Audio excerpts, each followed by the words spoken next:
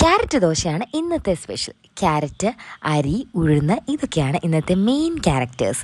ഇനി നമുക്ക് ഉഴുന്നിൻ്റെ കൂട്ടത്തിൽ നല്ല ക്യാരറ്റ് നല്ലതായിട്ട് അരച്ചെടുക്കാം. അതിനൊപ്പം ഒരു ചെറിയ ഇഞ്ചി കഷ്ണം കൂടെ നമ്മൾ ഈ ഉഴുന്നും ക്യാരറ്റും കൂടെ അരയ്ക്കുന്നതിനകത്ത് ആദ്യം ഇടും. എന്നിട്ട് നമ്മൾ അതിനകത്തേക്ക് ക്യാരറ്റ് ഇടുക, ഉഴുന്നിടുക. എന്നിട്ട് നമ്മൾ സാധാരണ ഉഴുന്ന് അരച്ചെടുക്കുമ്പോൾ ഏത് കൺസിസ്റ്റൻസിയിൽ നിന്നാണോ നമുക്ക് കിട്ടുന്നത് അതേ രീതിയിൽ തന്നെ ക്യാരറ്റ് കൂടി ഇട്ട് അരച്ചിട്ടും കിട്ടണം. അത്ര നല്ലോണം അരഞ്ഞ് നല്ല സോഫ്റ്റായിട്ട് വരണം.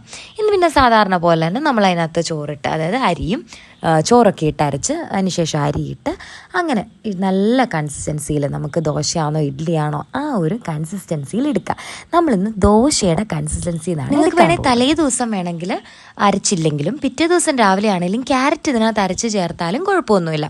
തലേ ദിവസം കൂട്ടത്തിലിട്ട് അരച്ചില്ലെങ്കിലും പിറ്റേ ദിവസം രാവിലെ ആണെങ്കിലും ക്യാരറ്റ് ഇതിനകത്ത് ചേർത്താൽ മതിയാവും. പക്ഷെ അപ്പം ഇതിൻ്റെ കൺസിസ്റ്റൻസി നന്നായിട്ട് അരഞ്ഞിട്ടുണ്ടോ എന്ന് നോക്കണം. എന്നിട്ടാണ് നമ്മളിത് ഇങ്ങനെ ദോശ ചുട്ടെടുക്കുകയാണ്. നല്ല ടേസ്റ്റുമാണ്. ഈ വെജിറ്റബിൾസൊക്കെ കഴിക്കാത്ത കുട്ടികൾക്കൊക്കെ കൊടുത്താൽ അവരറിയാതെ ഇത് കഴിച്ചു. എന്നിട്ട് എന്ത് കറി കൂട്ടി വേണമെങ്കിലും നമുക്കിത് കഴിക്കാവുന്നതാണ്. ഭയങ്കര ടേസ്റ്റാണ്. നിങ്ങളെല്ലാവരും ഒന്ന് ട്രൈ ചെയ്ത് നോക്കണം.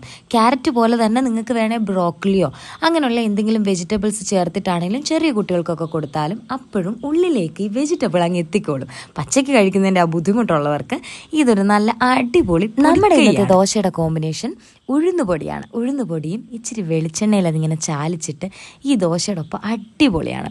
ഇനി സാമ്പാറോ ചട്നിയോ വേറെ എന്ത് കൂട്ട് വേണമെങ്കിലും നിങ്ങൾക്ക് കഴിക്കാം. സാധാരണ നമ്മൾ ദോശയ്ക്കുള്ള എന്ത് കോമ്പിനേഷൻ, ചിക്കൻ കറിയോ മീൻ കറി ആണെങ്കിലും അടിപൊളിയായിരിക്കും. അപ്പോൾ എല്ലാവരും ഒന്ന് ട്രൈ ചെയ്ത് നോക്കണം. ട്രൈ ചെയ്ത് നോക്കിയിട്ട് നിങ്ങളുടെ അഭിപ്രായം പറയണം. അതുപോലെ നമ്മുടെ വീഡിയോ ഇഷ്ടപ്പെട്ടുണ്ടെങ്കിൽ നമ്മുടെ ചാനലൊന്ന് സബ്സ്ക്രൈബ് കൂടെ ചെയ്തേക്കണേ. ബൈ.